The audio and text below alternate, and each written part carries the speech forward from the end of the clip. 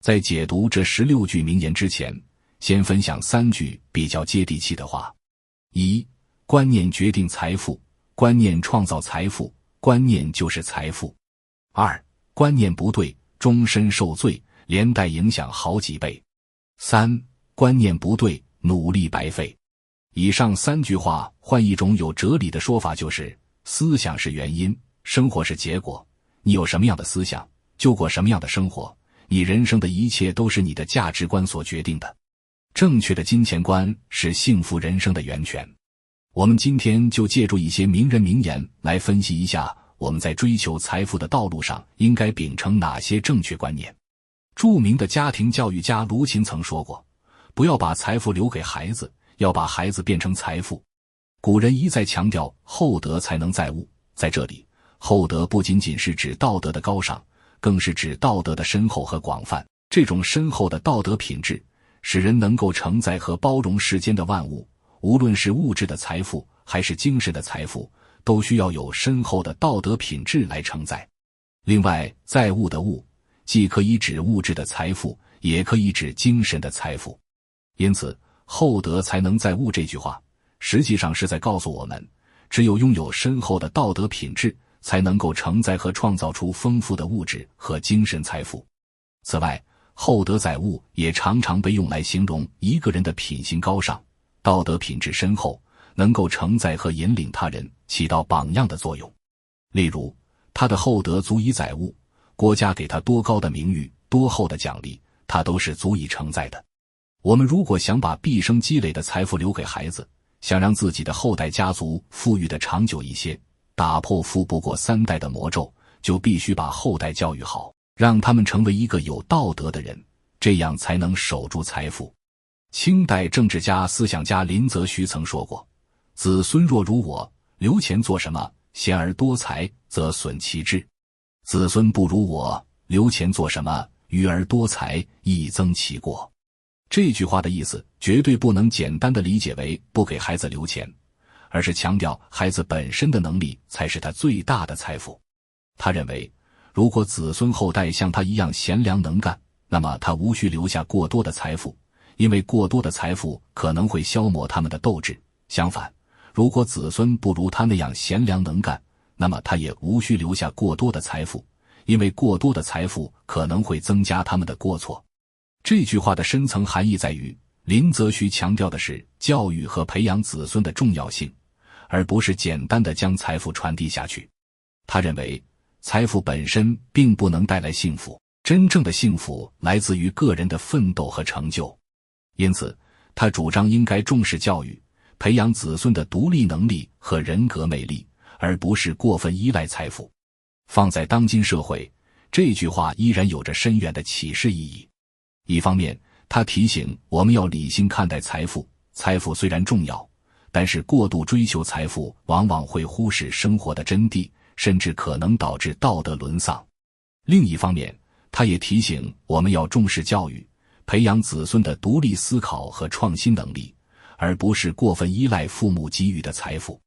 当代著名童话作家郑渊洁老师曾说，小孩理财，大人理财，先理财，再理财，也是跟林则徐的肺腑之言是同一道理。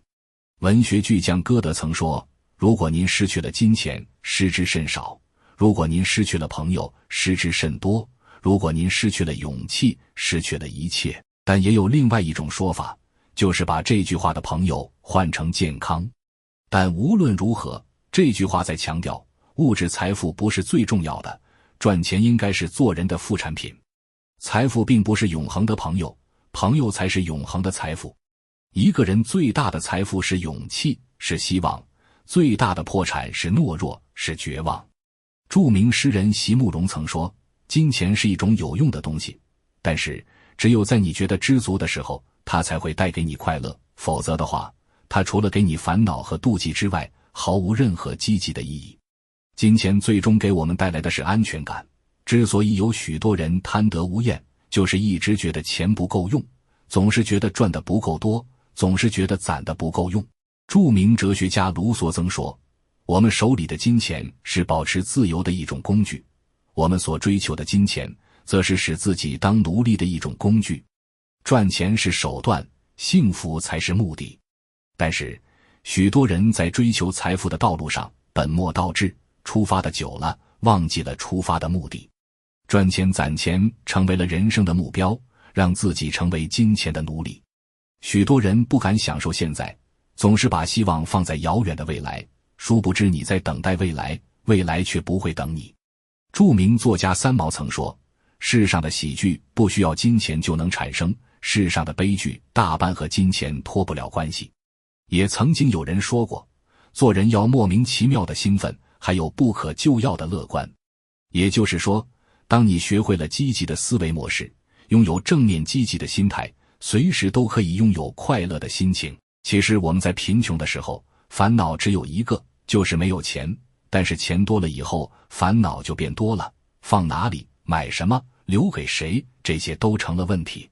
台湾同胞说，资产分配日，子女不孝时。香港同胞说，富人只有继承人，没有亲人。这些都是财富带来的痛苦。诺贝尔文学获得者莱辛曾说，生活中最没有用的东西是财产，最有用的东西是才智。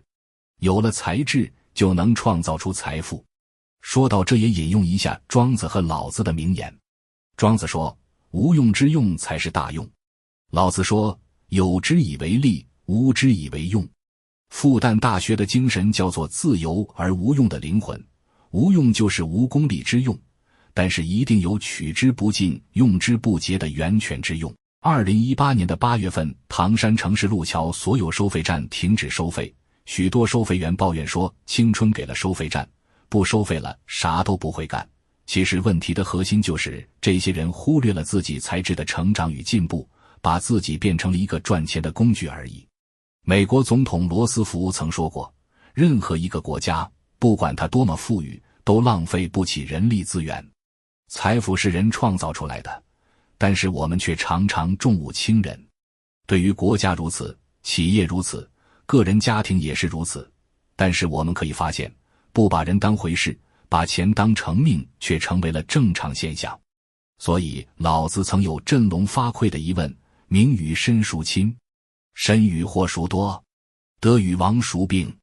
这句话强调了身体健康和精神富足的重要性，提醒我们要理智对待名利，避免过度追求，以免损害身心健康。同时，它也告诉我们，适度的接受失去，反而能帮助我们保持内心的平静，从而达到真正的安宁。梭罗说，一切好的东西都是便宜的，所有坏的东西都是非常贵的。老子说，五色令人目盲，五音令人耳聋，五味令人口爽，驰骋田猎令人心狂，难得之货令人行妨。是以圣人为父不为目，故去彼取此。一切声色犬马的物质享受都是很浪费金钱的，最终让人失去自我，找不到本真。饮料比白开水贵，却对身体造成许多伤害。道理简单，做到却不容易。哲学家伏尔泰曾说，人世间所有的荣华富贵不如一个好朋友。的确，一个人的快乐 85% 来自于良好的人际关系， 15% 来自于地位、金钱和财富。有钱人未必会拥有快乐，走到哪里都带着保镖的富人，其实不一定会快乐。挪威喜剧作家易卜生曾说，金钱可以是许多东西的外壳，却不是里面的果实。它带来食物，却带不来胃口；带来药，却带不来健康；带来相识，却带不来友谊；带来仆人，却带不来他们的忠心；带来享受，却带不来幸福的宁静。我们常说，金钱不是万能的，但没有钱是万万不能的。虽然金钱很重要，但是永远不是第一位的。做人第一，赚钱第二。做人没有钱，做人很艰难；有钱不做人，早晚会完蛋。所以顺序很重要，先学会做人，再努力赚钱，不能颠倒。如果觉得以上的名人名言让你对财富的理解有所启发的话，欢迎订阅我的频道，我是路易德金，让我们一起发掘金钱财富。